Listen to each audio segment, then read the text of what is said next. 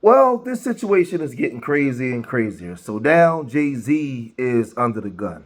We all know what happened with Sean Puffy Combs. We saw how the feds raided his home in LA and the other one in Miami. He's now in the feds.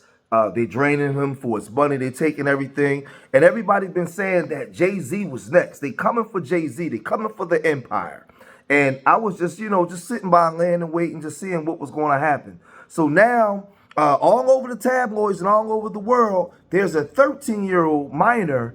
Well, there's a woman now that's 37. She claimed that when she was 13 years old, Jay-Z did the unthinkable to her. Her and, well, not just Jay-Z, but her and Jay-Z and Puffy did the unthinkable to her at an after party out in the back of a club or something. These things. Now, I don't know if I fully believe this story, but this woman was she's claiming this happened when she was 13 years old, and they did bad things to her repeatedly. Well, Tasha K got wind of the story, and she went in on Sean Combs, not just Sean Combs, but she went on Sean Carter for him and Beyonce's past behaviors and the way that they've done people wrong. How like it's just Sean Carter has a lot of people that don't like him. There's a lot of people that don't like him, and there's a lot of people that was praying for his downfall. So Tasha K took the social media and she said this. It's Jaguar's fault. I don't think it's anybody's fault as to why Jay-Z and Beyonce is going through what they're going through. The only person's fault is them. It's them. The reason being is because when you get to the status that you got, like what Jay-Z got, you don't get to it being honest. You know how many people he had to run over, lie, do wrong, probably put hits out on, and we're going to say allegedly on that since his lawyer liking to throw around lawsuits, and I ain't got no money to fight with him, okay? I'm in the lower middle class, all right? Let's just spin on that for a second. Hashtag low middle class, okay? We're doing interviews with reporters that said mistresses were here one day, next day they gone. Mistresses were pregnant, next day Beyonce had a baby bump that just deflated. I don't know, okay?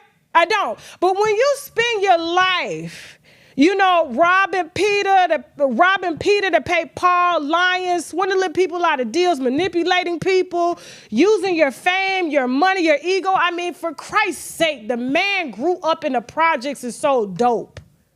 Dope to families. This is somebody that y'all praise. This is who y'all gave a career to. So when these people, when y'all make them famous and everything like that, and then when they real, like the colors was already there. Their colors was already showing from the moment they was serving dope. Yeah, I had to feed my family. I had to do this. A lot of us had to eat, and a lot of us chose to go clock in at the Piggly Wiggly versus on the street. But see, when a person is choosing to take the shortcut to get to where he has to go, and it's built on taking people down, taking families down, there's no surprise as to why things are happening in the way that they're happening to him and his little family, okay? Why Blue Ivy can't even twirl on the red carpet because she's 12 and 13 and everybody's looking at her trying to picture this look that he allegedly took that was around the same age of his daughter. So says this lawyer. With his best friend Diddy. And then the company you keep. Let's talk about that. Because like I said, all these celebrities that y'all are like, you've been praising, you've been building up, I ain't never been no groupie like that. Never. I don't even understand that concept. They've been saying for me, oh, Tasha jealous, you don't get invited. Oh, I get invited. They want me in the building. I say no. They've given me talk show contracts. I say no. Everything that I'm building so that they can't take it away. We still rolling. Shout out to... Now, I don't like his rhetoric, but I really mess with a hustler who got it the honest way. Okay? Now, but when you start out that way, poisoning families, poisoning communities. Then you put the music in and you poison families and poison communities. And then you're dating children. They say you done met your wife at 16, Beyonce. They say you was messing with Foxy. Now let's just be honest, okay? A lot of these grown men was hitting back in the day. They didn't ask no questions. If you didn't volunteer no information, they wasn't asking. They didn't care. Cat is cat, cooch is cooch, funky or not funky, burnt or not burnt. They hitting it. It don't matter how much money they got. And you'll be surprised how many of these celebrities run around here with that thing, but because they got a little bread, you willing to put your life at risk. So I'm not shocked at any of this stuff that's coming out on these celebrities at all, especially him, This is what karma looks like.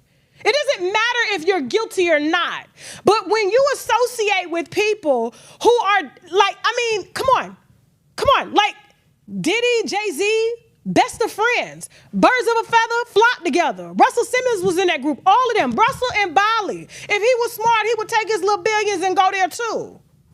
Because they know when New York get a little broke, that's why all these cases coming out of New York City, when New York get a little broke, they go for the highest meal ticket. Okay, we here now with Jay-Z, okay? Because he's tapped out. But this is what karma looks like. When you do so many people so wrong, eventually it's going to come back to bite, and nobody's going to care whether it's true or not because of how you've carried yourself. That's why it's important to be an honest person. That's why it's important to have empathy. If you ask me, I honestly think somewhere along the bloodlines of the Carters and the Knowles, there's a little spectrum going on because they seem to lack empathy. They seem to not have that connection with being a real person. You know what I'm saying? How it feels. Like this could maybe hurt somebody. This could maybe not be a good decision. But because they were so gung-ho on building a marriage brand and building their careers, they didn't give a damn who they stepped on, who they lied to, who they took from to get it. Now that people are coming back and putting allegations on them because they turned a blind eye to the people that were around them doing it, R. Kelly, Diddy, you was doing it too. And so just because, and let me make this clear. You could be a thief, right? But a thief don't steal everything. You can be a taker of vagina, but you can't take everybody's vagina. But it doesn't mean you haven't taken vagina. So when karma comes around, whether you did that deed or not, whether you did that offense or not, nobody's going to care because people are just excited now to just have you being held accountable for something. Now, with all that being said, this girl, she gives this elaborate story of how this stuff happened to her. Now, at 13 years old, I'm struggling with the fact that she got dropped off by some girl. Then she got in a limousine with a man, a grown man, and was taken to this after party. She was 13 years old. This situation happened to her. She was out all night. Like, it's just like a real fishy story that don't make a lot of sense, right? She got this lawyer now. You know, he's known for being a swindler, for doing all kinds of stuff. And I'll be the first to tell you, if Jay-Z is guilty, he deserves, you know, the capital punishment, right? But I don't know if I believe this story. But let's listen to the second half of the way Tasha K breaks this down and explains this, because she's reading the affidavit. She's reading the story that the girl gave about how things happened to her in the club and what they did. Check this out. The driver told her 9:30.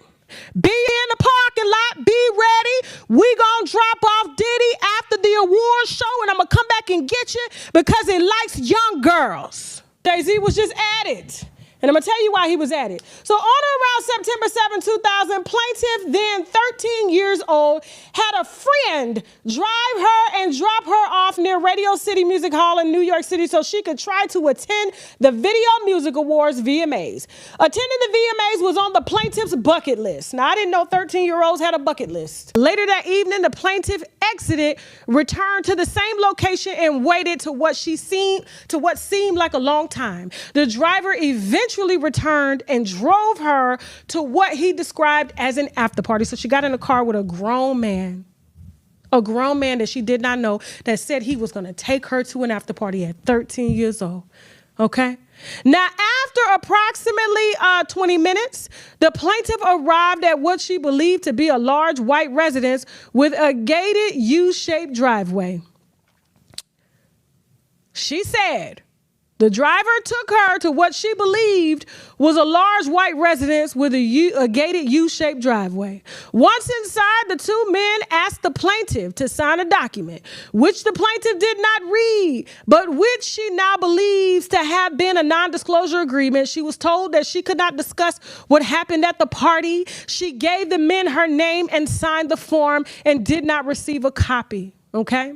This is on the amended complaint, adding Sean Carter. Inside the building, plaintiff recognized many celebrities as she entered to what appeared to be a large living room or foyer containing a large crowd. Plaintiff attempted to mingle in the crowd, talked to several of the other celebrities that she recognized and whom she wanted to see at the VMAs. Wait staff circulated through the room carrying trays of drinks and loud music played throughout the venue. Plaintiff observed a widespread marijuana use, and everything that they normally do. After attempting to talk to numerous celebrities, plaintiff accepted a drink from one of the waitresses circling the crowd. Just took it off the tray. There we go. Thank you. I'm at a party. Got in the car. Yes. Hold that thought, guys. Hold that thought. Just wait before you get triggered, because I know y'all. I trigger y'all a lot. Just wait. Okay. Now, the drink was a reddish yellow mixture that tasted like orange juice, cranberry juice, and something bitter.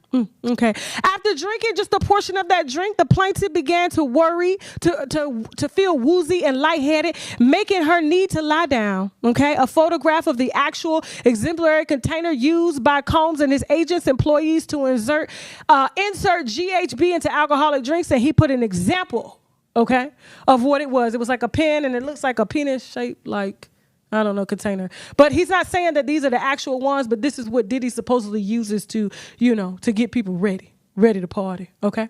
Now, looking for a place to rest, the plaintiff walked down what appeared to be a hallway, and I'm saying this for a reason. Just hold that next thought. Containing several rooms of it. She entered what appeared to be an empty bedroom so she could lie down for a moment. She did not lock the door. The room contained only a large bed with no furniture of any kind, televisions or furnishings. Soon after, that's when Combs entered the room with the defendant, Carter, and a female celebrity, B. Beyonce was not at that party. And I'm going to tell you who the female was that she most likely is referring to, okay? And the plaintiff immediately recognized all three celebrities, okay? Now, make sure it's the same. So on the same day of the VMAs, 8/7 Central, okay, Thursday, September 7th, Jay-Z went to an after party, but he went to an after party at Lotus. So Jay-Z, I'm sorry, Jasmine, I can't see it. Now, Jay-Z was photographed arriving at the MTV Video Music Awards after party at the Lotus nightclub in downtown Manhattan on September 7th, 2000. So how is it magically that Diddy was at a house in a U-shaped driveway and at Twirl, and Jay-Z was at an after party at Lotus, and they just magically came together right after the award show ended? Remember, the driver said he had to get Combs to the after party, and then he was gonna come back and get her. So he ran Combs to this house that she said she was at, came back, got her, ran her to the house. Okay, so looking for a place to rest after she got a little woozy from taking the drink, okay? Looking for a place to rest, plaintiff walked down what appeared to be a hallway containing several rooms off of it, okay? I didn't know Twirl had several rooms and had a foyer, and Lotus had a foyer and several rooms, okay? She entered what appeared to be an empty bedroom so she could lie down for a moment. She did lock the door. She did not lock the door. The room contained only a large bed with no furniture of any other kind, television or furnishings. Soon after, Combs entered the room along with defendant Carter and a female celebrity, B, okay? And so that celebrity would be J-Lo, because that's who he was with that night. But he was at Twirl. Okay? And like I said, if you know how long award shows last, they don't get to the house till 4 a.m, okay? We saw Sanaa living in the back of the truck with what's the name, French Montana, and did it. You go to the club, then you go to the house for the after party. That's a whole different thing. They take the girls home from the club. Okay? Now, soon after Combs entered the room with a female celebrity B, plaintiff immediately recognized all three celebrities. Combs aggressively approached the plaintiff with a crazed look in his eyes, and he said, "You ready to party?" What she said in the lawsuit, right? I swear to God, is what she said, y'all. I ain't lying. "You ready to party?" Okay? Combs then threw the plaintiff toward the wall, causing the plaintiff to fall. Okay? And then she fell. And then the plaintiff got up and stumbled, at which Combs grabbed her again, threw her on the bed. At that point, Sean Carter began removing clothes as she grew more and more disoriented. So the drink was making her disoriented. Now, I'm just going to say hypothetically this. I was 13. I used to drink my mama wine coolers, and they used to get me good. How do you know at 13 if you had a lace drink or you was just a lightweight? I'm just asking a question. I'm not assuming anything. I'm just saying maybe the girl was a little bit more experienced to be that she got dropped off at a party and then got in a car with a grown man at 13 and no parents were around. I'm just saying maybe she was just a little bit more experienced. But I'm just saying, I know them wine coolers used to put me to sleep. Okay? They ain't need no GHB. None of that. Now she said, hold on. So, at that point, Sean Carter began removing plaintiff's clothes as she grew more and more disoriented. Plaintiff was held down by Carter as he her, while Combs and Celebrity B watched. That would be J-Lo if it was at night, okay? Now, after Carter finished, he stepped back toward the wall. Combs then stepped forward, and he vanity took plaintiff while Carter and Celebrity B watched. Combs then knocked plaintiff down and attempted to force plaintiff to perform on him. She fought back, standing up quickly, punching out at the same time, hitting Combs in the neck. Taking it back, Combs stopped his attempt while Combs backed away in surprise. Plaintiff grabbed her clothes and shoes, ran out the bedroom, holding her dress in the front like a towel. She ran around the residence until she found the front door and was able to leave the party, okay? The front door, although there were other guests still at the party, no one appeared to take notice of the plaintiff's distress and attempted to help her. Once outside, the plaintiff put her clothes on and left the scene in dark. Plaintiff attempted to retrace the route taken by the limo driver. She kept running until she reached a gas station. She noticed on the way to the party, a female clerk noticed her in distress and allowed her to use a phone. Plaintiff called her father, admitted she had lied about her whereabouts, and asked him to pick her up. Plaintiff's father arrived to pick her up shortly before dawn. Now, again, I see people all over social media and everywhere. Everybody is convicting Jay-Z already. And I'm going to say this, as a man, in my beliefs, when you are a person and you violate a child or you violate a woman or the elderly, the punishment is capital punishment. It's you're out of here. You're gone. You're unalive. There's no coming back from that, right? So because I'm so extreme with that, you have to have concrete proof and evidence. You can't just come and say somebody did something to you and I'm just going to convict them.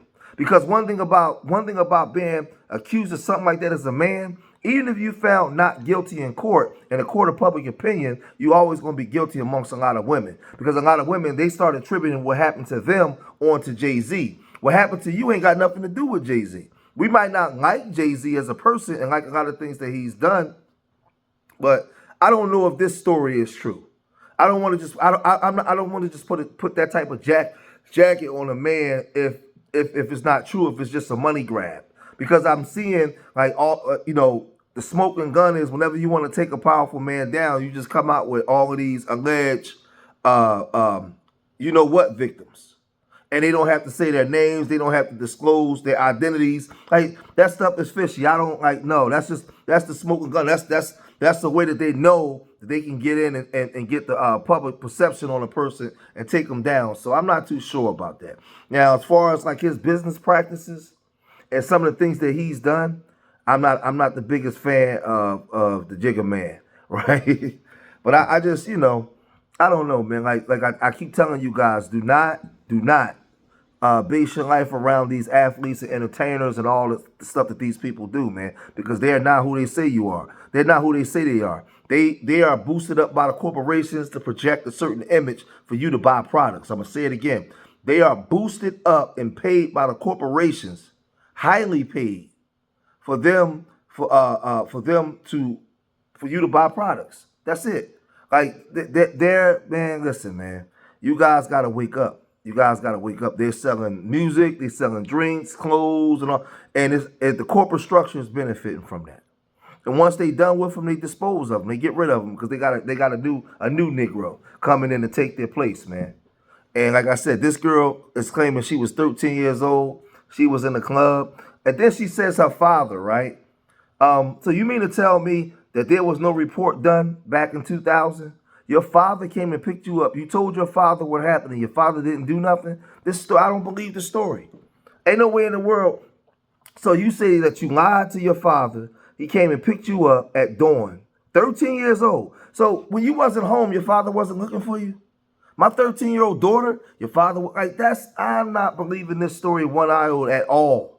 Your father wasn't looking for you, so when you called him, you told him that you was repeatedly assaulted, and nothing happened. No report, no nothing. Come on, y'all. Come on, man. Come on. A 13-year-old in the club. Oh man, it's just, I don't know, man. These stories is getting crazier and crazier and crazier. I wouldn't be surprised if there was some backdoor business deals or something Jay-Z didn't okay to, and now it's his turn to be on the chopping block. But I don't know, man. I'm gonna cut this video short here. If you made it this far in the video, hit that like button, subscribe to Street Media TV, leave your comments in the comment section. Let me know what you guys think. And remember, I love y'all. Till the next time, peace.